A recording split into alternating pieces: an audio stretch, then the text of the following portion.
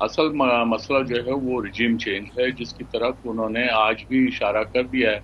کہ وہ regime change کی طرف جا سکتے ہیں۔ پہلے وہ یہ خود بھی کہتے تھے کہ we are not for regime change, لیکن اب یہ آہستہ آہستہ یہ چیزیں کھل کر سامنے آ رہی ہیں۔ ان کے نزدیک یہ ہے کہ ایران جو ہے،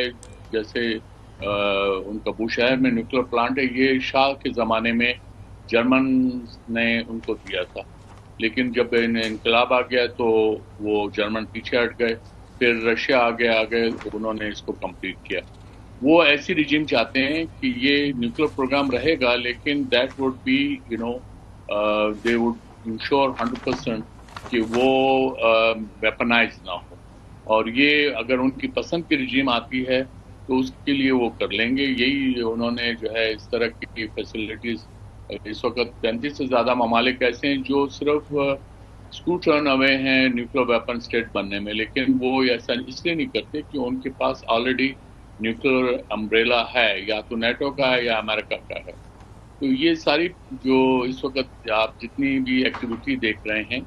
اس کے پیچھے اصل جو مقصد کار فرما ہے وہ رجیم چینج کا ہے۔ جی بالکل صحیح ہے ناظرین، ابھی جو بات ہم کر رہے تھے اور درانی صاحب نے بات کی ہے، دا اٹلانٹک کے اندر Trump's 2 week window for diplomacy was a smoke screen.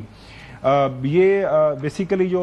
President Trump شروع دن سے لگ رہا ہے کہ وہ اسی معاملے کی طرف بڑھ رہے تھے کہ ہم نے اٹیک کرنا ہے۔ اچھا درانی صاحب، ایک اور بڑا اہم سوال یہ ہے کہ 2015 کے اندر ایک کمپریہنسو، آپ کو پتہ ہے، ایک پلان ڈسکس ہوا بٹوین پریزیڈنٹ اوباما اور rest of the world, Iran nuclear deal sign ہو گئی۔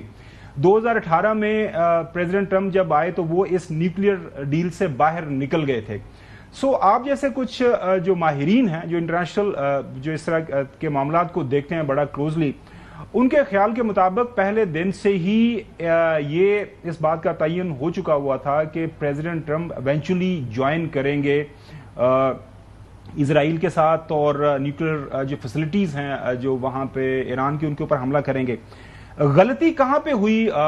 لوگوں کو، انٹرنیشنل جو طاقتوں کو سمجھنے میں، ایران کو سمجھنے میں، کہ جو ہے پریزیڈنٹ ٹرمپ جو یہ کہتا ہے کہ میں اینٹی وار ہوں، میں جنگ میں نہیں جاؤں گا، میں جنگیں ختم کرنے آیا ہوں، لیکن نہ غزہ کی جنگ ختم ہوئی ہے، نہ یوکرین کی جنگ ختم ہوئی، اب اس معاملے میں بھی وہ آن پڑے ہیں۔ درانی صاحب جی، یہ ہاچ واچ وہ ہے پالیسی، اس میں جو نیوکلیر ڈیل جسے joint comprehensive plan of action یا JCPOA کہتے ہیں، اس میں P5 اور جرمنی یہ اس کے سگنیچرز تھے، لیکن ٹرمپ نے اس وقت ہی جب یہ پاور میں نہیں تھے، انہوں نے اس کی مخالفت کی تھی اور کہا کہ اگر وہ اقتدار میں آئیں گے تو اس کو اسکریپ کر دیں گے۔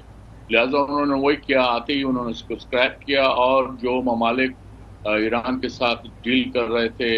خاص کر تجارت، اور وہ بھی اس میں انرجی کی جو تجارت تھی، آئل کی تجارت، ان کو انہوں نے نوٹس دیا کہ آپ 2018 کے شروع میں تک جو ہے اپنا یہ بزنس ان کے ساتھ ایران سے بند کریں، ورنہ آپ کے خلاف بھی سینکشن ہوگی۔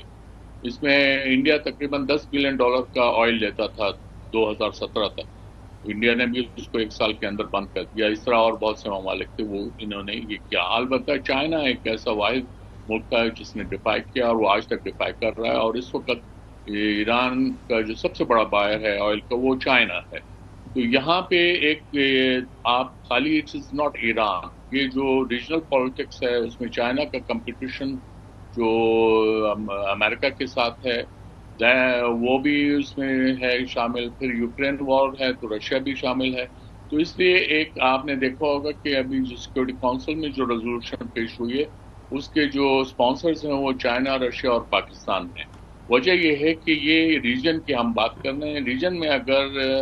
امن ہوتا ہے تو اس کے لیے پھر ہمیں جو ہے we don't need allies for appeal. تو اس لیے یہ ایک اہم ڈیولپمنٹ ہے۔ ایران کو اس وقت کو نقصان ہو رہا ہے، لیکن میرے خیال میں ایران اس ریجن کا مضبوط حصہ بنتا جا رہا ہے، جو کہ اس وقت سامنے جس کے خد و خال سامنے آ رہے ہیں۔ تو امریکہ کو بہرحال اس میں ہزیمت اٹھانی پڑے گی ان دا لانگ رن۔